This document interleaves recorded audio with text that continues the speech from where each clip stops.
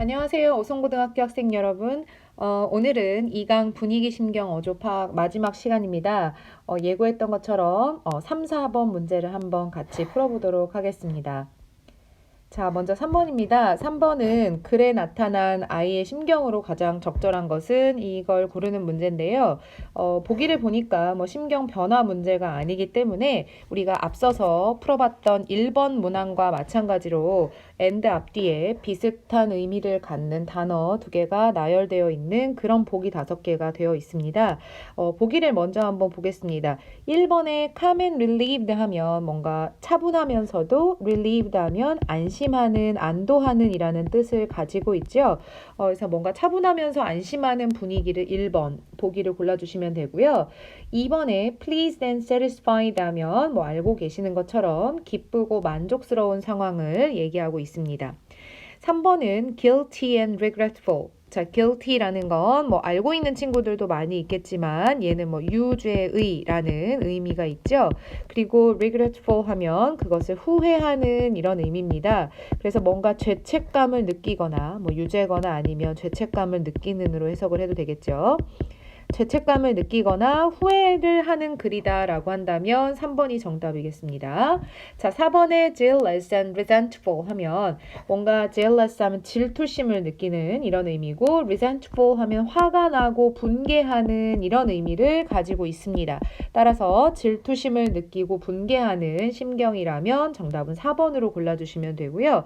자, 마지막에 5번은 indifferent and bored니까요. 뭔가 굉장히 무관심하거나 지루한 이런 상황의 심경이라면 정답은 5번이 되겠죠. 자, 그러면 지금 이 필자는 어떤 심경을 가지고 있는지 함께 우리 글에서 살펴보도록 하겠습니다.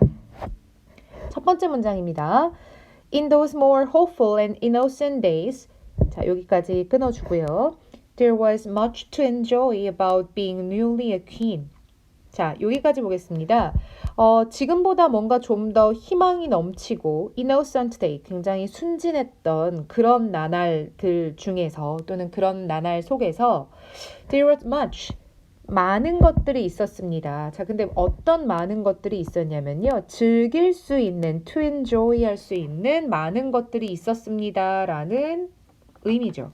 자, 그럼 무엇에 관해서 즐길 만한 것이 많았을까요? About being newly a queen. 내가 새로운 어떤 여왕이 됐다라는 것에 대해서 즐길 수 있을 만한 것들이 너무 많았어요. 그러니까 지금 이 필자는 여왕이 된 상황이에요.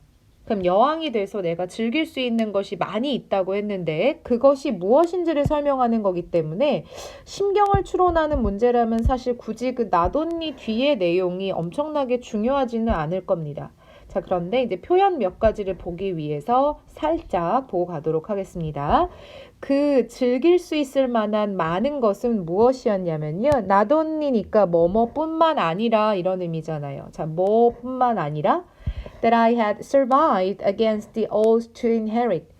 내가 뭔가 살아남고 생존했다라는 것뿐만 아니라 이런 의미겠죠. 자, 여기서 against the odds라고 하는 것은요. 어떤 역경을 무릅쓰고 라는 의미가 있어요. 역경을 무릅쓰고. 자, 그래서 얘는 부사적인 기능을 하는 거니까요. 좀 중간에 삽입됐다라고 보시면 되고요. 내가 역경을 무릅쓰고 어쨌든 to inherit, 뭔가 살아남아서 물려받을 수 있다라는 것뿐만 아니라 새롭게 여왕이 된 것에 있어서 즐길 만한 게 너무너무 많았습니다. 라는 상황이에요. 그래서 지금 필자 I는요, 어떤 사람이냐면 여왕이 될 수 있는 사람, 여왕이 된 사람이고요. 여왕이 됐기 때문에 상당히 즐길 만한 것이 많은 사람입니다. 그러니까 굉장히 심경 자체가 부정적인 심경이 나올 수가 없는 지금까지의 내용이에요. 자, 그럼 이 사람이 내가 살아남아서 이 왕위를 물려받았다는 것 이외에 또 무엇을 즐길 수 있었을까요? 그 내용을 한번 뒤에 구체적으로 살펴보도록 하겠습니다. I still remember the sensation of the royal white fur collar around my neck. 난 여전히 기억합니다. 뭘 기억하냐면 그 sensation이니까요. 어떤 느낌이나 감각을 여전히 기억합니다. 그럼 이 사람이 어떤 것의 느낌을 기억하냐면 내 목 주변에 있었던 아주 흰색 그러니까 털이겠죠, 그죠? 내 목에 감긴 어떤 로열 화이트니까요. 왕실의 하얀 어떤 그 털로 된 칼라, 쉽게 얘기하는 우리가 어떤 옷에 붙은 카라들 있잖아요. 이런 것들의 느낌을 아직도, 이 깃의 느낌을 아직도 기억합니다, 이거예요. 그러니까 왕이 되고 우리 왜 뭐 TV 같은 거 보면요. 왕관도 쓰지만 그 왕위를 물려받을 때 입는 그 옷이라는 게 있잖아요. 그거 묘사하는 것 같아요. 근데 그 느낌을 아직도 생생히 기억하고요.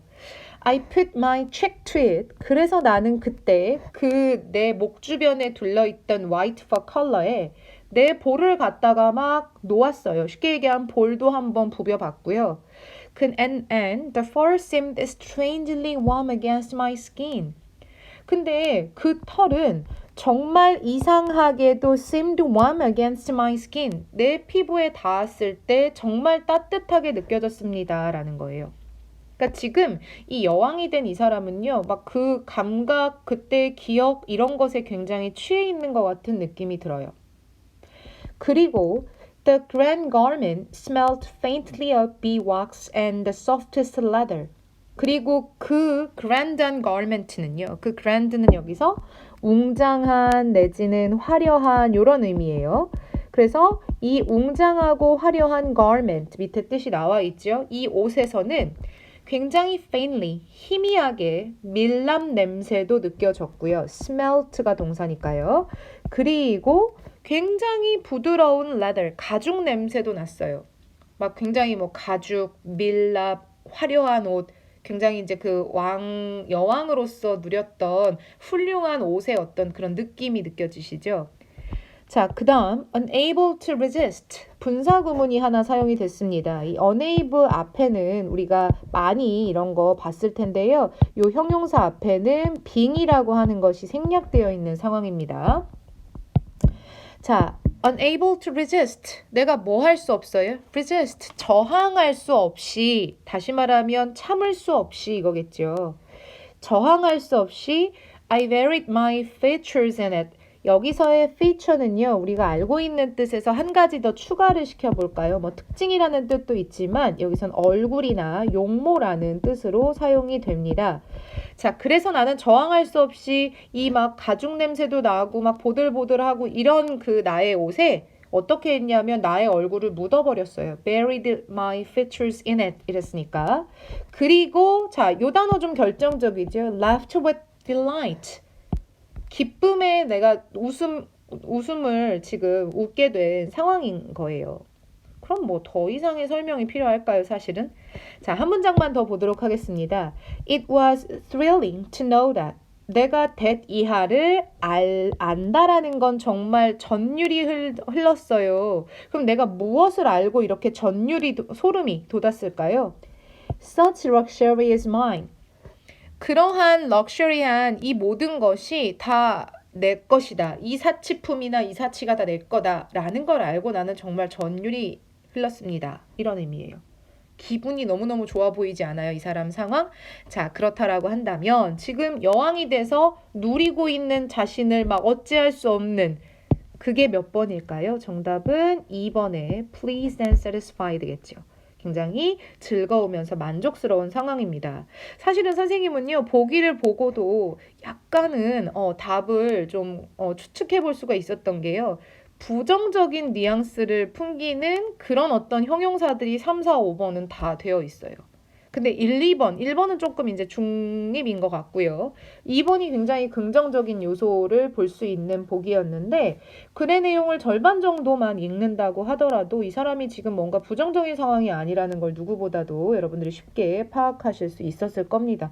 새로운 여왕이 됐는데요. 뭐 새로운 여왕이 됐다면 걱정거리가 나오거나 아니면 막 기뻐서 지금 들뜬 상황이 나오는 건데 지금 이 상황은 기뻐 들뜬 상황입니다. 자, 이렇게 해서 3번의 정답은 2번이고요. 다만 3번에서는 우리가 아주 간단한 문장 구조를 복습해 볼 수 있는 문장이 있어서요. 그거는 선생님 별도로 한번 보도록 할게요. 자, 밑에서 다른 건 볼 거 없고요. 우리가 그 they could로 시작하는 요 밑에서 세 번째 줄 한번 보도록 하겠습니다. 자, 여기서의 they는요, 앞에 이제 우리가 안 했지만 my ladies라고 해서 이제 내가 여왕으로서 부리는 나의 그 시녀들 내지는 뭐 수행원들을 얘기하는 건데요. 이 나의 시녀들은 couldn't wear the elegant clothes and jewelry. 자, 이 사람들은 물론 아주 이 고급스럽고 우아한 옷이나 아니면 장신구들을 착용할 수는 없습니다. 그런데 뒤에 대절이 붙었죠. That as queen I were.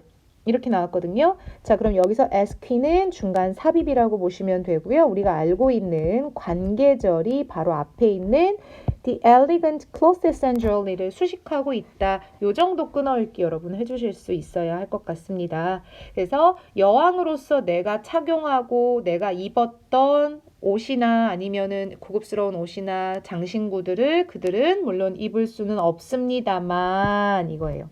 입을 수는 없습니다만 그들의 circumstances, 그들의 상황 내지는 그들의 뭐 환경 이거겠죠. 하지만 나의 이 시녀들의 상황은 자 그런데 이 시녀는 이제 누구의 뭐가 된 거예요? As my attendant. 나의 수행원으로서의 그들의 어떤 형편이나 상황이라고 하는 것은 were vastly better. 더 나아졌습니다. 이거거든요. 훨씬 더 좋아졌습니다. 이거예요. 자, 그러면 여기서 그 뒤에 있는 now that의 역할이 뭐냐라고 한다면 now that I was queen. 내가 뭐예요? 여왕이 되어서 이거잖아요. 그러니까 우리가 알고 있는 now that, 즉 접속사로서 사용이 된 now that을 한 번 더 복습하고 갈 수 있을 것 같습니다. 그래서 뭐뭐이므로 또는 뭐뭐이기 때문에 우리 이렇게 해석을 하죠. 자, 그래서 내가 여왕이었기 때문에 또는 내가 여왕이므로 어떤 수행원으로서의 그들의 형편이나 상황은 훨씬 더 좋아졌습니다. 라고 얘기하고 있는 거였죠. 그래서 마지막 문장에서는요. 처음 선생님이 짚었던 관계대명사 대절의 선행사 연결하는 법 한번 복습해 보시고요. 자, 그리고 두 번째는 now that이라고 하는 접속사가 들어갔을 때 스무스하게 부드럽게 해석하는 방법 요거 한번 짚고 넘어가시면 될 것 같습니다. 자, 이렇게 해서 3번 설명은 마무리를 하도록 하겠습니다. 자, 그러면 이제 마지막 오늘 4번 문제입니다. 4번은 지금까지는 뭐 글의 분위기나 심경에 관한 거였는데요. 4번은 이 글을 쓴 사람이 어떤 어투와 어조로 글을 쓰고 있는지를 고르라는 그런 이제 문제예요. 그래서 아마 학습지를 보시면 다른 거는 어떤 심경을 볼 수 있는 또는 상황을 추론해 볼 수 있는 결정적인 단서 문장을 찾으라고 됐을 텐데 여기서는 좀 선생님이 반복적으로 등장하는 표현을 한번 찾아봐라 라고 얘기했을 겁니다. 그래서 아마 1, 2, 3번보다는 어조를 고르라고 하는 그런 이제 글의 문항에 그 사용된 글의 경우에는 뭐 문학 작품이나 조금 더 뭔가 라이블리한 그 상황을 주는 글보다는 우리가 흔히 보는 일반적으로 이렇게 기술이 되어 있는 글이 훨씬 더 많습니다. 그래서 아마 여러분들이 글은 조금 더 익숙한 패턴의 글이었을 거예요. 자, 그럼 필자의 어조 한번 보도록 하겠습니다. 첫 번째 문장 가도록 할게요. About 3 months ago. 자, 3달 전이에요. 3달 전. My sister was having problems with her daughter Amy. 자, 문제 상황이 좀 있었던 것 같네요. 나의 여동생이 그녀의 딸인 에이미와 지금 문제가 있는 상황입니다. 자, 그래서 내가 어떤 해결을 해주려고 했나 봐요. So, 그래서 My sister and I decided to have Amy move in with my family. 그래서 내린 결론이 뭐냐면요. 자, have는 여기서 가지는 게 아니겠죠. 사역의 의미입니다. 에이미가 나의 가족과 함께 이사해서 들어와서 살게 하기로 결심했습니다. 이렇게 되는 거죠. 그래서 지금 정리를 해본다면 이 필자는 뭐 족하겠죠. 이 필자는 지금 에이미와 함께 집에서 거주를 하게 되는 그런 상황이에요. 그럼 뭔가 문제 상황이 여기에서도 일어났으리라고 우리가 예측해 볼 수 있습니다. 자, we thought she could benefit from a change of environment. 우리 생각에는, 즉 여기서의 우리 생각이란 이제 나와 나의 sister를 얘기하는 거겠죠. 이 어른들 생각에는요, she, 여기서의 she는 당연히 에이미입니다. 이 에이미가 could benefit, 어떤 득을 볼 수 있을 거라고 생각한 거예요. 자, 무엇으로부터 득을 볼까요? change of environment니까 환경의 변화로부터 득을 볼 거야. 얘한테 좋은 일이 될 거야 라고 생각을 한 거예요. 자, 그런데 뭔가 여기서 상황이 뜻대로 안 됐다는 게 좀 보여지는 것 같아요. sadly. 슬프게도, 유감스럽게도 almost instantly, 거의 뭐 즉시. 즉, 에이미가 이사를 오자마자 이런 의미겠죠. My relationship with Amy started to fall apart. 그런데 나와 에이미의 관계가 점점 멀어지기 시작했습니다. fall apart니까 멀어지기 시작했습니다. 이거예요. 자, 그녀는, 자, 여기서의 그녀는 에이미예요. 자, 이 에이미는요, try to verbalize her need for limit and boundaries in home. 여기까지 먼저 한번 끊어볼게요. 에이미는요, verbalize 하려고 했어요. 자, verbalize라고 하는 것은 우리말로 했을 때 동사 말로 표현하다라는 의미입니다. 자, 그래서 이 에이미는요, 어떤 시도를 했었냐면 그녀의 어떤 바람이나 그녀의 요구를 말로 표현하려고 했어요. 자, 그럼 이 에이미는 어떠한 요구를 말로 표현하려 했을까요? For limits and boundaries in the home. 지금 살고 있는 이 집에서의 한계와 경계에 대해서 말로 표현하려고 했어요. 그러니까 이거는 뭐 이모든 고모든 뭐 어쨌든 간 이모겠죠. 자, 이 에이미는 어른에게 지금 제가 이 집에서는 살지만 이 집에서 뭐 제가 이제 지켜야 할 또는 반대로 지켜줘야 할 어떤 제약이나 아니면 한계, 허용치 이런 거에 대해서 좀 저도 이런 거 원해요 라는 사안을 말로 표현을 했고요. 그리고 또 하나 and for time spent alone together. 그리고 여기서의 for는 전부 다 이 her need에 걸리는 거죠. 또 무엇에 대한 요구사항을 말로 표현했냐면요. 나도 좀 시간을 주세요라는 요구를 한 것 같아요. 자, 근데 어떤 시간이냐면 자, 뒤에서 수식이죠. spent는 여기서 분사로 사용이 된 겁니다. 혼자서 있을 수 있는, 혼자서 보낼 시간에 대한 요구를 말로 표현하기 시작을 했습니다. 그러면 에이미는 뭔가 우리에게 어른들에게 요구사항을 전달한 것 같아요. 요구사항을 표현을 했어요. 그럼 이제 그걸 들어주면 갈등이 해결될 것 같은데 그러지 않은 것 같아요. 왜? 역접사 however.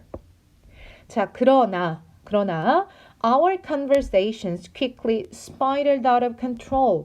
여기서 좀 생소한 단어 나오는 것이 바로 spiral. 원래 spiral은 이제 그 나선, 소용돌이 이런 명사나 형용사로의 기능을 형용사로의 의미가 있는데요. 여기서는 요 밑에다 쓰겠습니다. 동사로 사용이 된 거고요. 얘는 굉장히 급속도로 악화되다라는 뜻입니다.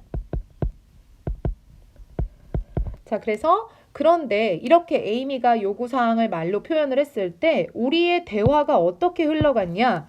우리의 대화는 정말로 빠르게 통제할 수 없을 만큼 급속도로 악화됐습니다. 그런데 이거 안 받아준 거죠. 그러니까 이거는 관계가 요구사항을 표현한 후 개선된 게 아니라 관계가 악화됐대요.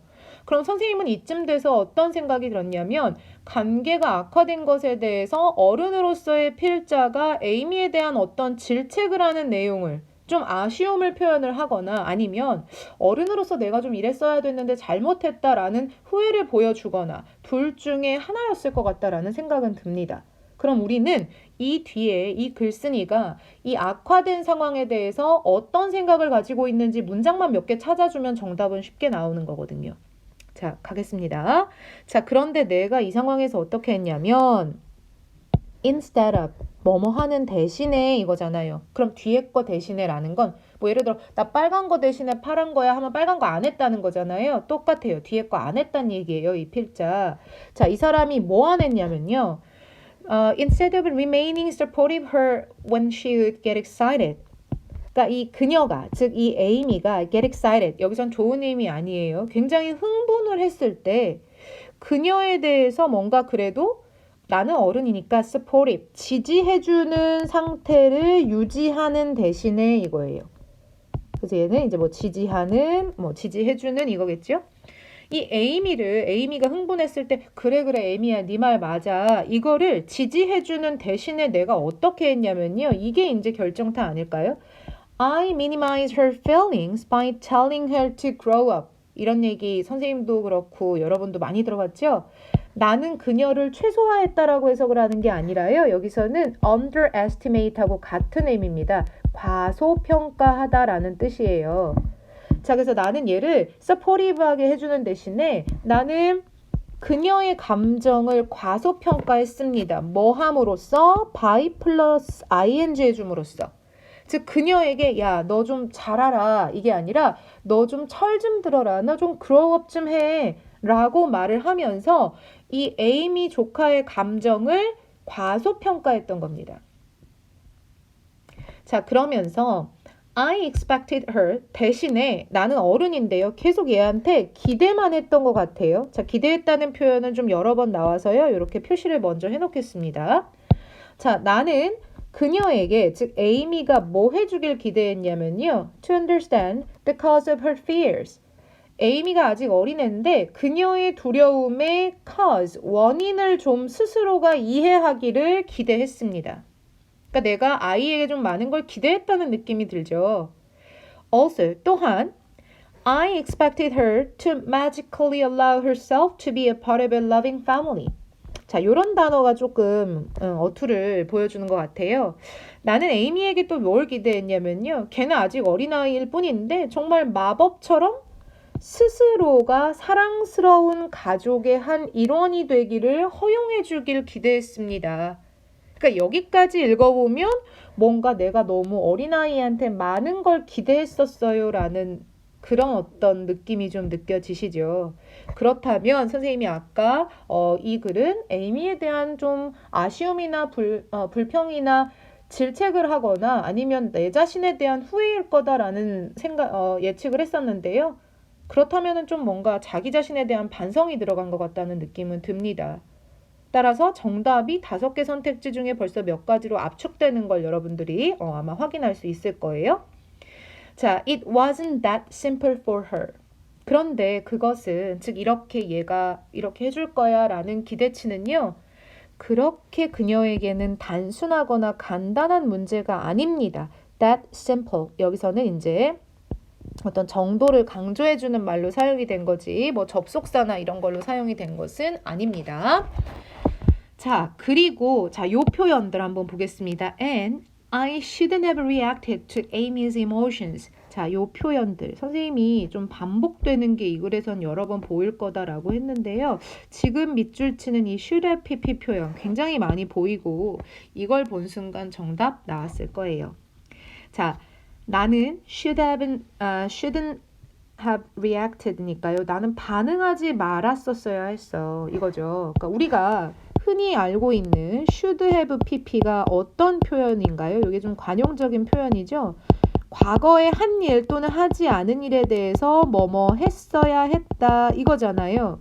이게 결국은 뭐예요? 인간의 후회라는 감정을 기반으로 깔고 있는 표현입니다. 자, 그래서 내가 에이미의 감정에 반응하지 말았어야 했는데, 그죠? 나는 어른이니까 좀 참고 지켜봐 줬어야 됐는데, 왜냐하면 에이미죠. She needed a safe space to calm down. 뭔가 진정할 수 있는 안전한 장소가 필요했지만, I didn't give her that. 나는 그녀에게 그것을 주지 않았고요. And didn't listen to her better. 그녀의 말을 더 잘 들어주지도 않았어요. 또 두 번째 후회입니다. I should have respected her perspective. 난 그녀의 시각이나 관점을 respected, 존중했었어야 했고요. 또 병렬 구조죠. I should have demonstrated that. 내가 좀 더 보여줬어야 했는데. 자, demonstrate 하면 보여주다 또는 입증하다, 증명하다 이런 의미죠. 내가 뭘 보여줬었어야 됐을까요? I was understanding of her fears. 내가 그녀의 두려움에 대한 이해심을 좀 보여줬어야 했는데. 마지막, I should have allowed her to adjust to sharing spaces with my family. 나는 좀 그녀가 투부정사할 수 있게끔 허용해줬어야 했는데 이거예요. 즉, adjust는 여기서 적응하다의 뜻이니까요. 뭔가 나의 가족과 이 공간을 공유하는 상황에 적응을 하게끔 내가 좀 어떤 그걸 좀 받아주는 시간을 가졌어야 했는데 이런 의미죠. 자, 그렇다면 이 글은 관계가 악화된 이 상황에 대한 어떤 필자가 자기 자신을 탓하고 후회하는 측면이 묻어나는 글이다라고 볼 수 있겠습니다. 자, 그럼 선택지 가보겠습니다. 1번에 grateful. 이건 뭐 앞에서도 나왔었죠. 감사하는 아닙니다. 자, 2번에 admiring. admiring 하면 무언가에 감탄하는 겁니다. 뭔가 지금 감탄할 만큼 좋은 상황이 아니었어요.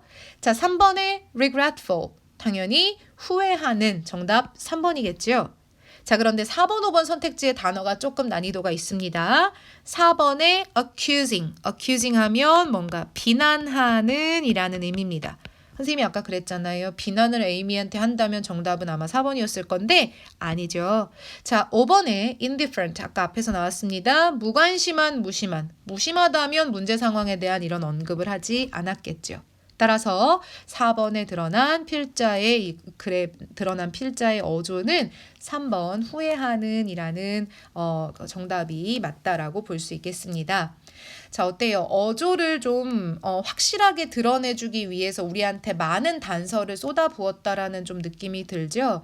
특히 should have pp 여러 번 반복된 거는 바로 이 글 자체가 필자의 후회를 기반으로 쓴 글이라는 것을 우리에게 굉장한 단서로 제공하고 있는 그런 이제 표현이었습니다.